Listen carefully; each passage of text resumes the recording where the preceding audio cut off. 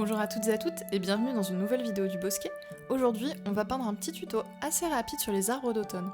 Donc l'idée, ça va être de faire des feuillages avec des petites touches assez libres. Donc là, je vais peindre avec une palette qu'a choisi mon fils pour cet automne, qu'on a peint avec en fait pendant les vacances d'automne.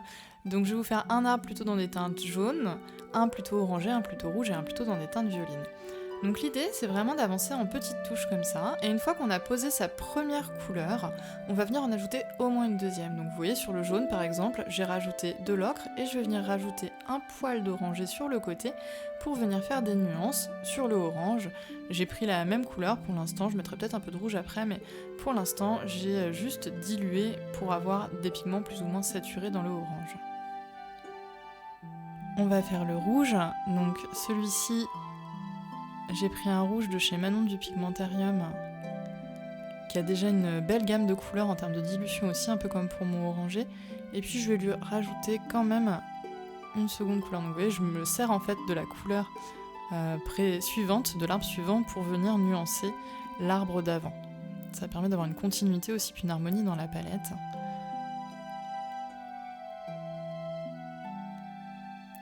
Et donc là, je vais mettre du orangé parce que si je mets le violine d'après, il va être trop sombre, ça va pas m'aller.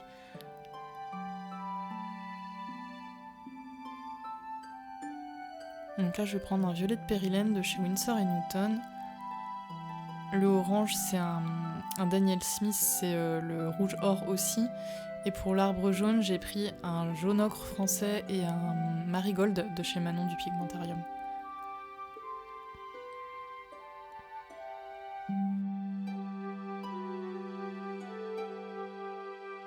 Une fois que vous avez vos feuillages, vous allez pouvoir préparer des brins.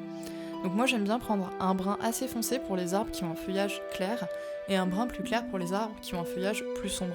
Ça me permet en fait d'avoir un contraste entre le feuillage et le tronc et je trouve que ça fait des arbres qui sont plus dynamiques. Après, à vous de tester plusieurs combinaisons pour voir ce qui vous plaît le mieux.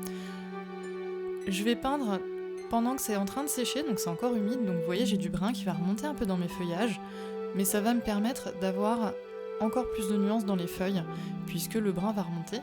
Et pour pas qu'il remonte de trop, je vais faire attention à avoir un geste descendant. Donc c'est-à-dire que je vais poser mon pinceau avec mon brun pour le tronc et les branches au niveau du bas d'un feuillage, et je vais venir tirer vers le bas jusqu'aux racines en fait qui vont aller dans la terre au niveau du tronc. Ça va me permettre d'avoir un peu de brun qui va dans le feuillage, mais pas trop pour éviter de salir en fait mon feuillage et d'avoir des zones trop sombres. Ça va me permettre, vu qu'on part du bas des feuillages, aussi d'avoir des zones plus sombres puisque le brun va assombrir le feuillage et donc de créer des zones d'ombre très facilement. Donc moi j'y vais assez spontanément dans le placement de mes branches. En fait à force d'en faire vous allez voir que vous allez pouvoir être vraiment très spontané sur votre peinture. Donc sur mon petit orange j'ai fait une branche qui se décale sur le côté puisque certains arbres ont des branches qui sortent un peu de la canopée principale. Faut pas hésiter à le faire, ça déstructure un petit peu votre arbre, ça la déstabilise mais ça le rend aussi plus naturel et plus dynamique, donc faut pas hésiter à tester d'avoir un petit nuage de taches de feuillage sur le côté de temps en temps. Le rouge il est plus long, donc je vais lui faire quelque chose d'assez centré au niveau des branches et du tronc. Donc un peu comme tous ces arbres qui sont taillés en espèce d'ovale pointu. J'ai pas le terme de paysagiste, ça doit exister. Un mot pour décrire cette forme.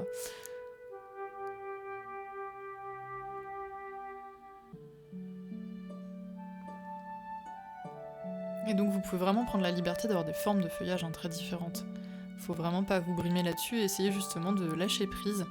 C'est vraiment un petit tuto là très simpliste mais qui permet soit de s'y remettre si ça fait longtemps que vous avez fait de la peinture, soit de vous entraîner avec des gammes couleurs aussi. C'est un petit exercice qui est facile, moi j'ai peint en 10 minutes vraiment, je vous le mets pas en accéléré, je vous le laisse en temps réel puisque c'est assez court, hein, comme ça vous voyez bien les gestes. Et vraiment en 10 minutes on peut faire quelque chose de très sympa. Si vous voulez faire une petite carte ou un marque-page aussi en travaillant sur la hauteur, ça peut être joli.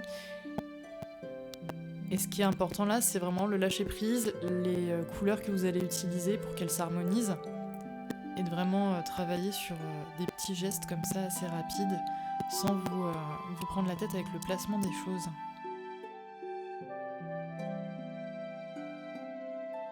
Une fois qu'on a placé les branches principales et le tronc, on n'hésite pas à revenir plus haut dans l'arbre pour venir faire sortir quelques branches, parce que quand on regarde les arbres dans la nature, on a souvent des trous dans le feuillage qui nous permettent d'apercevoir les branches qui sont plus hautes.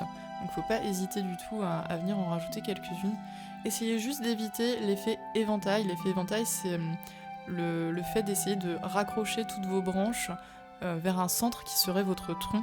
Parce que, en fait, comme vous voyez pas comment évoluent les branches derrière les feuillages, que vous avez déjà peints, il est possible qu'il y ait des bifurcations et que, en fait, ça soit pas du tout comme la forme d'un éventail, vos branchages. Donc évitez ça, parce que si vous faites un peu comme un éventail, vous allez vite vous retrouver avec un arbre qui ressemble à un dessin d'enfant. Alors c'est pas péjoratif, hein. Les enfants s'amusent et apprennent quand ils sont petits, donc c'est normal. Et si d'ailleurs vous êtes un enfant, vous pouvez du coup prendre ce conseil pour améliorer vos petits dessins d'arbres. Mais il n'y a pas de... Quand on apprend à dessiner les arbres au début, on a cette tendance à faire un peu un éventail au niveau des branches, et c'est beaucoup moins naturel et beaucoup moins dynamique que de les placer de manière plus aléatoire.